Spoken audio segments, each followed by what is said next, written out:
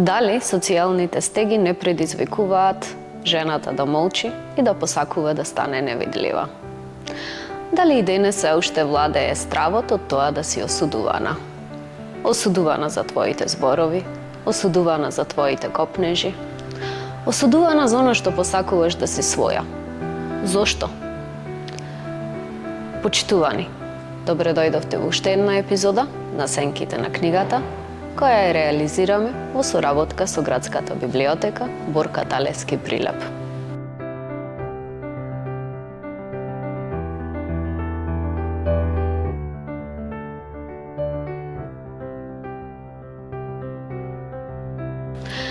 Денес ке разговараме за неколку песни од американската писателка и поетеса Маја Анџелоу. Жената посакува да биде разбрана, да биде видена. Посакува да добива емоционална поддршка и сигурност. Но често премолчуваме за лузните кои ни се нанесени. Затоа што срамота е да говориш кога некој те повредува. Често премолчуваме и за нашите желби. Затоа што не учат да ги прифатиме нештата онакви какви што се. И се така ни зборуваат за некаква си судбина. Се некој друг ни го планира животот. Но каде сме тука ние? Кои се нашите планови? Во песната Затворената птица, Маја Анџелоу пишува за жената која што е слободна и со својата слобода лета врз крилјата на ветрот. Но за жал, онаа жена која што е затворена од општествените стеги е како птица во кафез. Незините крилја се подкастрени. И таа не може ништо друго да прави, освен да пее. Незиниот глас се слуша дури и до најдалечните брда. Затворената птица пее за оние нешта што не ги знае. Пее за непознатото. Пее за копнежот. Пее за слободата. Во песната Феноменална жена говори за тоа дека жената треба да се прифати онаква каква што е, независно од незиниот изглед и начин на облекување. Затоа што секоја жена е феноменална жена. Незината феноменалност е во мистеријата на незините очи, во незиниот став, во незиното движење. И затоа ни порачува дека секоја жена треба исправено, гордо и храбро да чекори. Често се бориме со чувството дека не сме доволно добри. Од мали сме учени да не споредуваат и да споредуваме.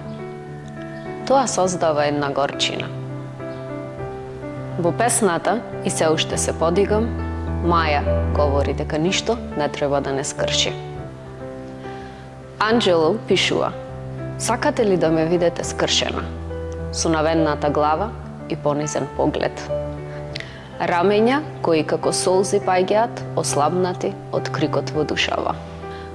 Добле сте човек храбро да се издигне над мракот кој го обкружува. Жената не може да биде убиена со омразата, таа се издига над неа. Анџелоу пишува: можете да пукате во мене со збор, можете да ме уништувате со поглед, можете да ме убиете со омраза, но сепак, како воздух, ќе се кренам. Да се вратиме на песната Затворената птица. Оваа песна говори за сегрегацијата на афроамериканците, за нивното понижување, нивната огромна сиромаштија и лошите услови во кои што живеат.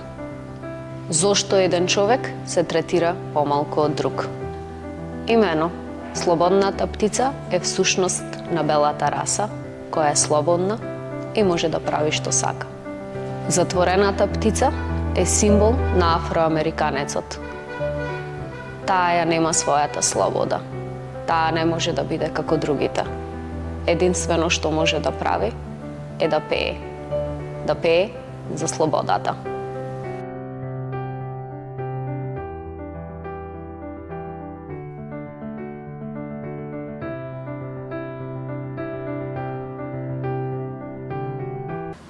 Денес разговараме со прилепската писателка Марија Мантова. Здраво, Марија. Здраво. Ви благодарам за поканата, што сум дел од оваа емисија. Ти благодарам што прифати да гостуваш во нашата емисија. Пишуваш и проза и поезија. Да, пишувам поезија и проза, точно. Да зборниме за твојата поезија. Пред се, најчесто пишуваш за животот. Кажи ми што те инспирира. Мене искрено ме инспирира секојдневието, тоа што се случува, значи мои лични случки, случки од околината. Тоа ме инспирира затоа што животот е една книга, во неа содржи болка, тага, радости, загуби понекогаш и сето тоа ме инспирира да го пишувам и да го преточам на некој начин на хартија. Зошто баш како тема избираш да пишуваш за животот? Животот го користиш како тема? Да, таа тема ме инспирира самото постоење, битисување на луѓето и самиот тек на животот, појавите кои што се случуваат кај секој човек, тоа ме инспирира едноставно. Секојдневието. Така, пишуваш и родолюбива поезија? Да, пишувам. Кажи ми нешто повеќе до тоа. Да, па сум настапувала нели на повеќе манифестации низ државата и јас сметам дека љубовта кон татковината треба да ни биде како корен на нашето постоење и треба да си ја сакаме својата татковина, затоа што без коренот ветерот лесно ќе не одвее, не се знае каде.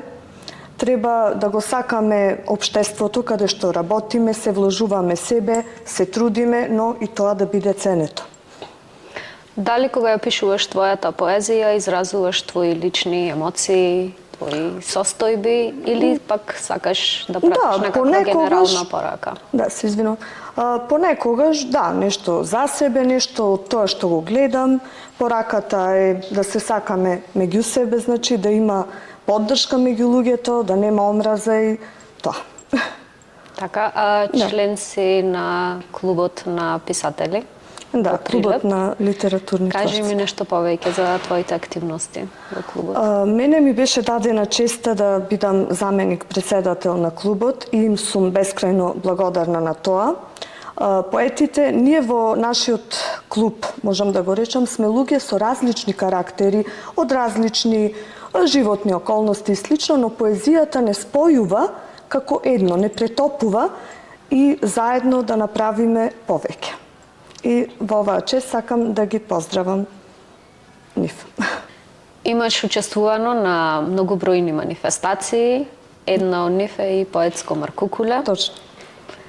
Кажи ми нешто за твоите доживувања. Искрено, јас на поетско Маркукуле прв пат настапува во 2014 година и тогаш беше кај слонот на тронот, значи многу импресивно затоа што беше во природа кај марковите кули и многу беше чувството прекрасно. Јас можам да го опишам тој настан дека ми остави многу впечаток. И поетско Маркукуле, основната цел на тоа беше, значи, афирмирани и неафирмирани поети од нашата држава, но и надвор од неа, да имаат можност својата поезија да ни ја прикажат на публиката. Дали мислиш дека поезијата може да го промени човек? Да, мислам да, прибедејќи самото пишување некогаш знае да ја олесни на душата.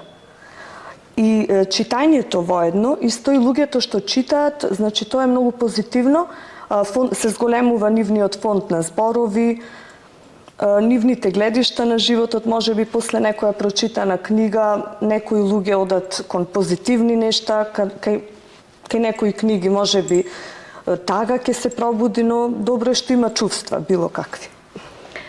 Дали човек преку читањето поезија може да доживее еден духовен раст? Да, би рекла дека да.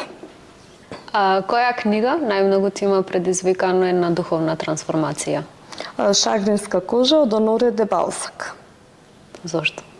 Таа книга во мене пробуди чувства дека треба да го цениме животот онаков каков што е, некогаш да не бидат нашите желби и поголеми од нашите очекувања затоа што во животот некогаш вредат малите нешта. Она мало што ретко го гледаме, но некогаш знае да биде најзначајно. Материјалното лесно се губи, може да исчезне и да не биде сонасно духовното и она што е трајно, како љубовта, добрината, се оние вредности за кои треба секој човек да се труди.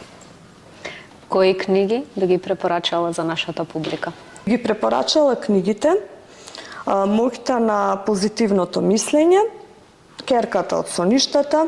Јас читам искрено многу книги, овие вака би ги издвоила, но има и многу други. Исто така во оваа прилика сакам да кажам, може да ги читате книгите од Клубот на литературни творци.